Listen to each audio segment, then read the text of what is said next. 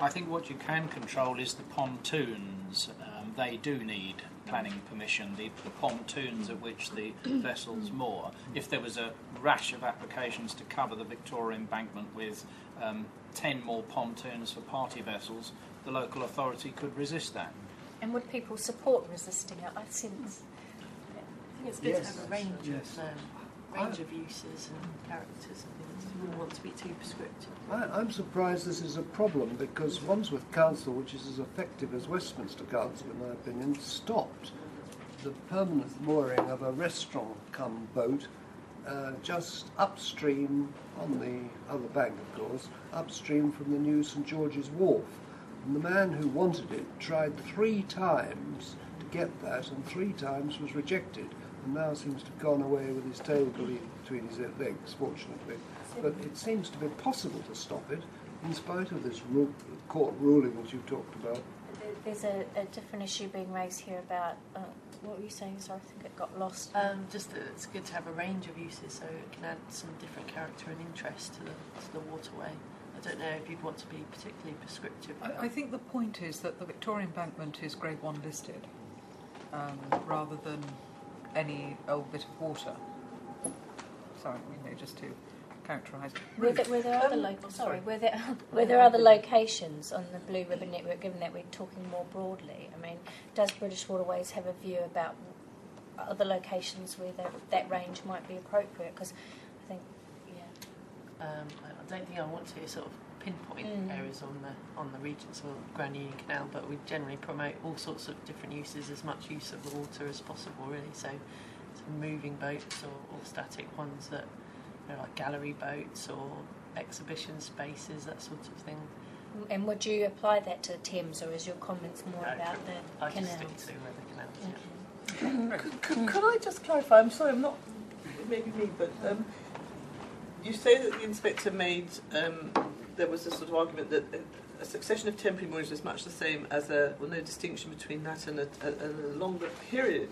But are we talking about permanent mooring of party boats or periodical moorings of party boats? Yes. There are some vessels that are moored on the embankment. I think there's one called the Queen Mary, springs to mind, which is literally permanently moored. It never leaves the Victoria Embankment. And in the inspector's eyes, that is a sort of perpetual repetition of a temporary mooring. Well, what he was drawing a distinction. At one end of the scale, you have vessels on the embankment which literally never move. They're there 365 days a year. There's no argument. They are permanently moored, and in that case, there's two things come into play. Do they have particular historic association with the Thames or exceptional maritime interest in terms of their appearance and the aesthetics, which the lady here mentioned? Sorry, I don't know her name.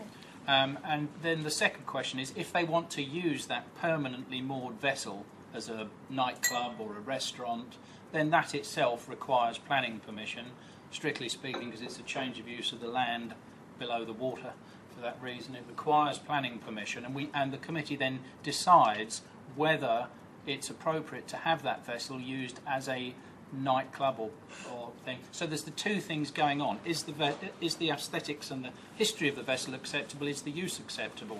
No, I understand that, but I haven't looked lately, because I remember years ago going on 2 different restaurant ships that were moored on the embankment at that time. We had a very pleasant time with both of them for different reasons, and I guess they must have gone now, given what you're saying.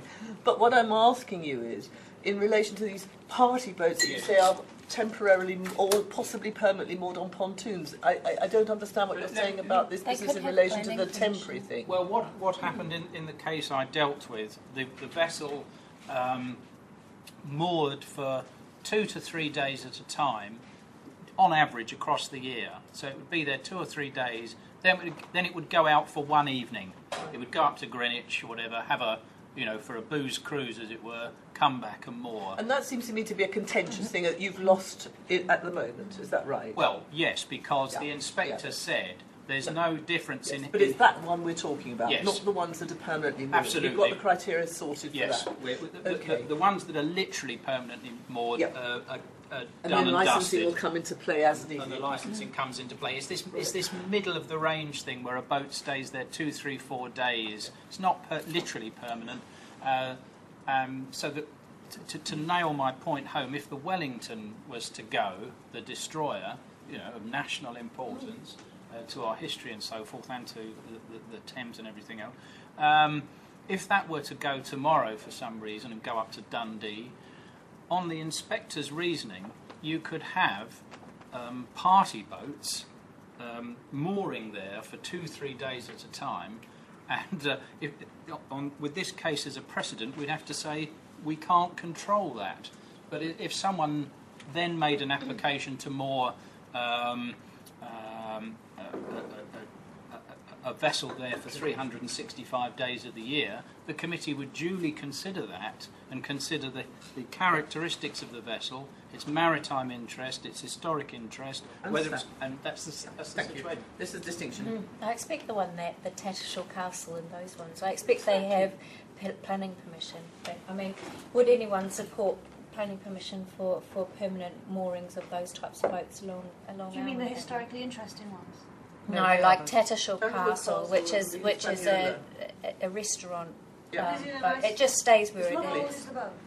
That is on the Register of Historic Vessels. That actually, surprisingly, that That's is. the reason. Surely- Most of them are. If you filled it up with interesting boats, you wouldn't have a problem with the Yeah. other one. But it's the pontoons, you see. If you don't have pontoons, and do you have to have pontoons? Yes, you can't. It's generally accepted that party boats. It's not. You can't safely unload and load Midstream. customers I know, but if you against the didn't have pontoons, embankment. you wouldn't have party boats, would you? No, it's the pontoons you can control. That is true. The pontoons require planning Fairly permission. obvious answer. Don't have pontoons. Well, But you need to do have people some do people party think boat. there should not be any party boats on the river that come into Westminster? No, there should be some. Can I ask, is there any stretch of the water on the Thames in Westminster where we would find it acceptable? The whole of it is There's grade one. differences. I mean, I just want to be clear. We're not here to reach consensus tonight. We're here to find as many Yes. different views as possible and record. I them. just If it wanted was to- outside, say, Tate Britain, Yeah. you know, which has No, that's the commercial- other side of the river. I think. No, Tate Britain, not Tate Modern, Tate Britain. The Tate. Oh, right. Well, if there was an acceptable stretch that you could have for tourists, well, then you could move them off the site that's grade one listed. But is the whole of the embankment grade one listed? No.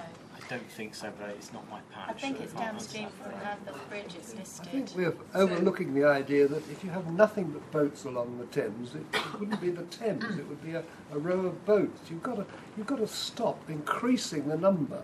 I mean, the number is half a dozen, the area you're talking about. You don't want 100, do you? So your concern is obscuring the relationship with the water itself and being able to see You're the walking tides along come the and embankment, you go. want to see the river occasionally, you know. Okay. Well, I think you've got to set that against the pleasure that people get using these boats. And obviously, if they're commercially viable, then it must mean that there's a market there. They've got places to moor in the middle of the river, and they can come into various places for people to get on them. There's no problem there. They do it all day long. But I think that this is sort of touching on the tourism offer of Westminster, which is no doubt being discussed at other Well, workshops. I'm happy for it to be discussed here. I mean, if anyone feels that there's a role, I mean, we've certainly had a few views that there may be a role for these, but equally we've had the view raised that there shouldn't be any party or restaurant boats along. So I think we've certainly recorded the two variances, which is what we find in these workshops, which is